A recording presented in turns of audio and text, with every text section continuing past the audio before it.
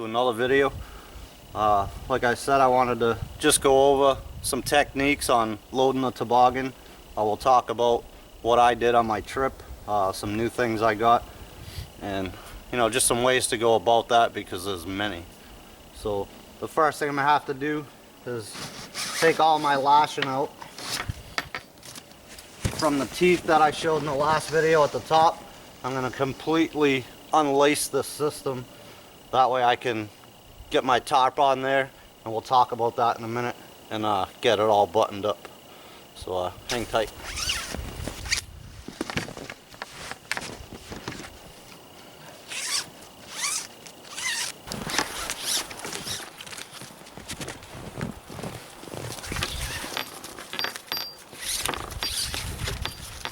Alright, so we get the straps out.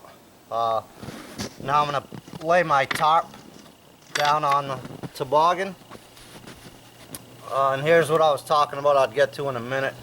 If you check out Black River Sleds, and I'm sure there's many other places on the net probably, but I know they definitely have them.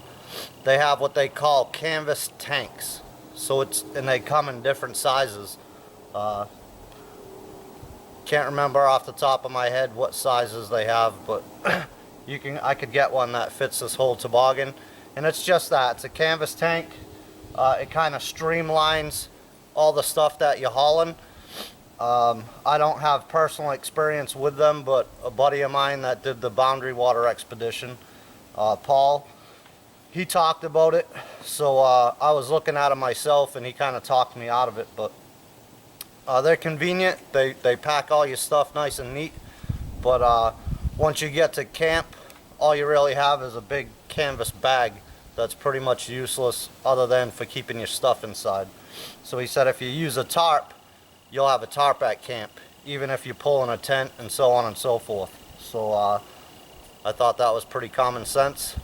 Having a tarp around camp's always handy, so that's the route I went. And you can use anything for that as well, as far as packing your gear.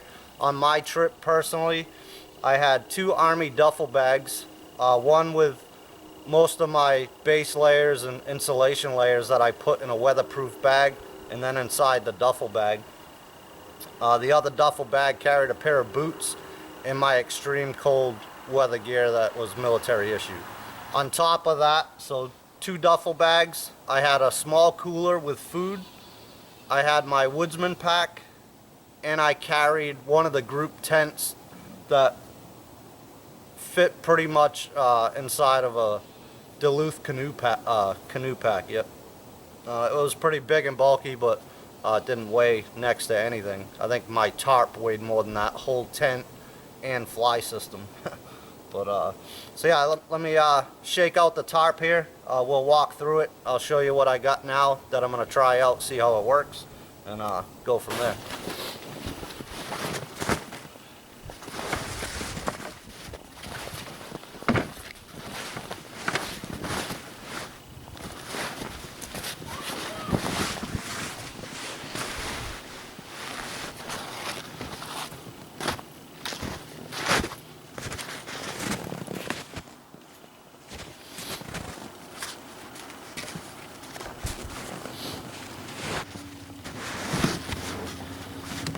Alright, so off with the snowshoes, and I'm post hauling bad now.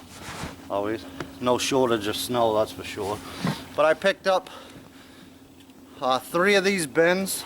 It's got a label on it, so it's a Durabuilt heavy duty tough box. 15 gallon, 57 liter. Made in the USA, so hey, that's a plus, I guess.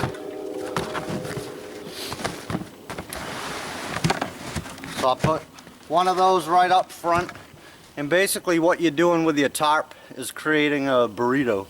So I put it in diamond fashion, save enough so I can pull the front and the back end over, so you're not losing anything off the back end of your toboggan when you're pulling it.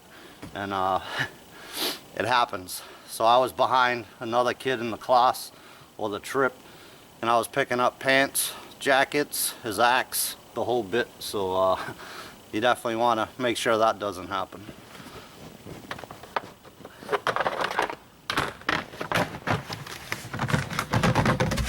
like I said, I got 3 of those. They're all empty right now, of course. But and then I have my pack.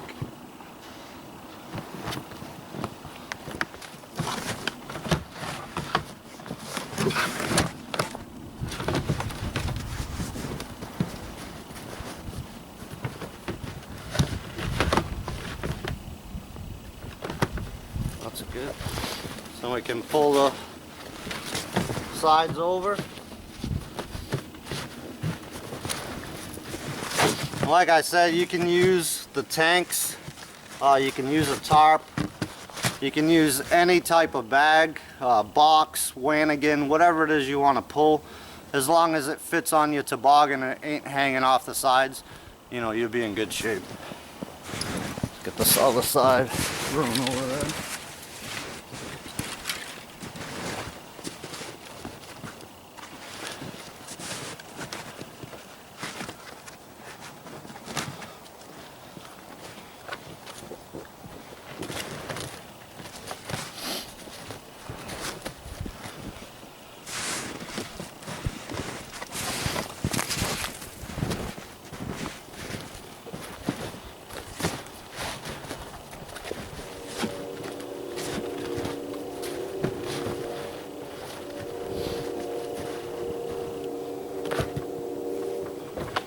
This cord on the back come with the sled just to hold it coiled up. I leave it there because why not? And I can go from front to back on my corner tie outs. Tie whatever fancy knot you want there and you're good.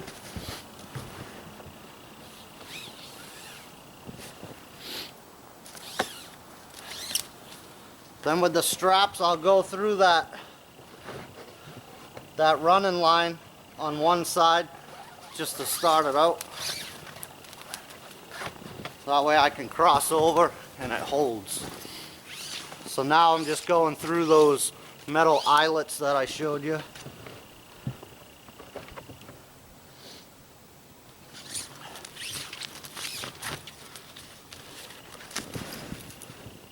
Same thing on this side, I'll go through that running line once.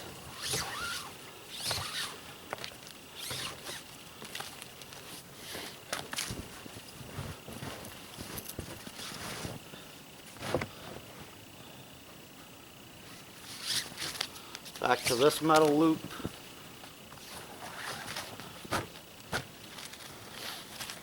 And then cross it all the way up.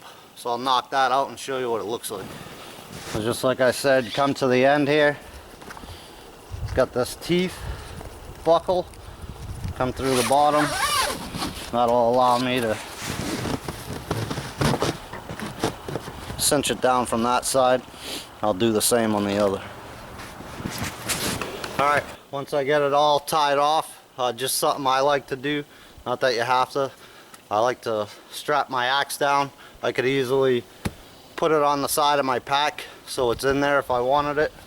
Typically I walk with it so I can bang off my snowshoes, but if I don't want to carry it for whatever reason, take the remaining bits of the strap there and I like to tuck it under